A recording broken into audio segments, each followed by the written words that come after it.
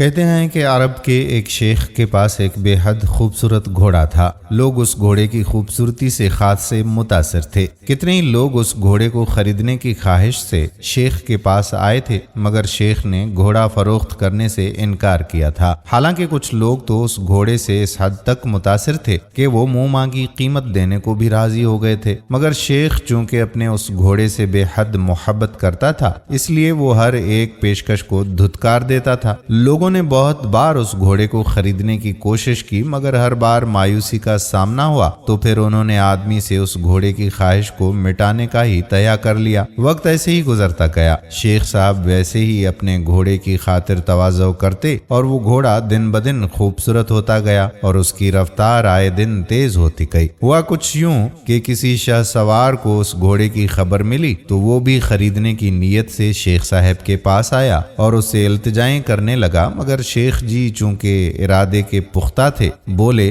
کہ میں کسی بھی طور پر یہ گھوڑا فروخت نہیں کر سکتا۔ وہ شہ سوار بولا کہ اے شیخ، معلوم ہے کہ یہ گھوڑا تمہیں عزیز ہے، مگر ایک شہ سوار ہی اس گھوڑے کا استعمال صحیح جان سکتا ہے۔ شیخ صاحب بولے کہ یہ تم درست کہتے ہو، مگر مجھے اپنے اس گھوڑے سے الگ لگاؤ ہے، وگرنہ میں تو کب کا اسے فروخت کر دیتا۔ شیخ جی نے یہ بات ایسے کہی تھی گویا سامنے موجود شہ سوار اداس ہو گیا اور جان بھی گیا کہ یہ شخص کسی صورت بھی گھوڑا فروخت نہیں کرے گا، مگر دفعتاً اس نے اپنی اداسی پر قابو پاتے ہوئے شیخ سے کہا کہ ٹھیک ہے، تم یہ گھوڑا نہیں دینا چاہتے، تمہاری مرضی، مگر ایک بات یاد رکھنا کہ میں جو چیز چاہوں وہ حاصل کر ہی لیتا ہوں۔ اب میں کسی صورت بھی یہ گھوڑا تم سے حاصل کر لوں گا۔ وہ شہ سوار یہ کہہ کر وہاں سے چلا گیا۔ کافی وقت گزر گیا، اس شہ سوار کی ملاقات دوبارہ کبھی شیخ سے نہ ہوئی اور شیخ صاحب بھی اس بات کو بھول ہی گیا۔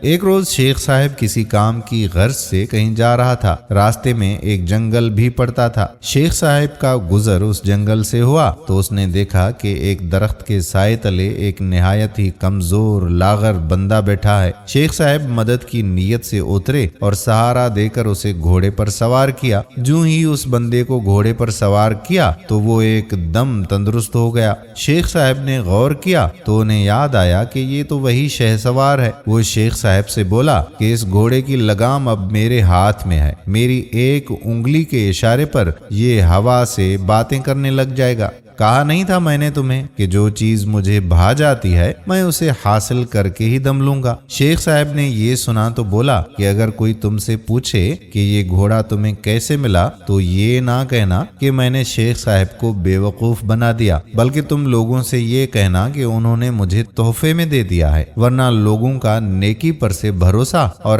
اعتماد اٹھ جائے گا۔ ناظرین، سچ کہتے ہیں کہ کسی پر سے ایک بار اعتماد ٹوٹ جائے تو پھر بحال نہیں ہو سکتا، لہٰذا کبھی بھی اپنے مفاد کے لیے کسی کا اعتماد نہ توڑیں۔ امید کرتے ہیں کہ ہماری آج کی ویڈیو آپ کو ضرور پسند آئی ہوگی اور اس ویڈیو کو شیئر بھی کریں گے۔ آنے والی ویڈیو تک اپنے میزبان قادر بخش کلہوڑوں کو اجازت دیجیے۔ اللہ حافظ۔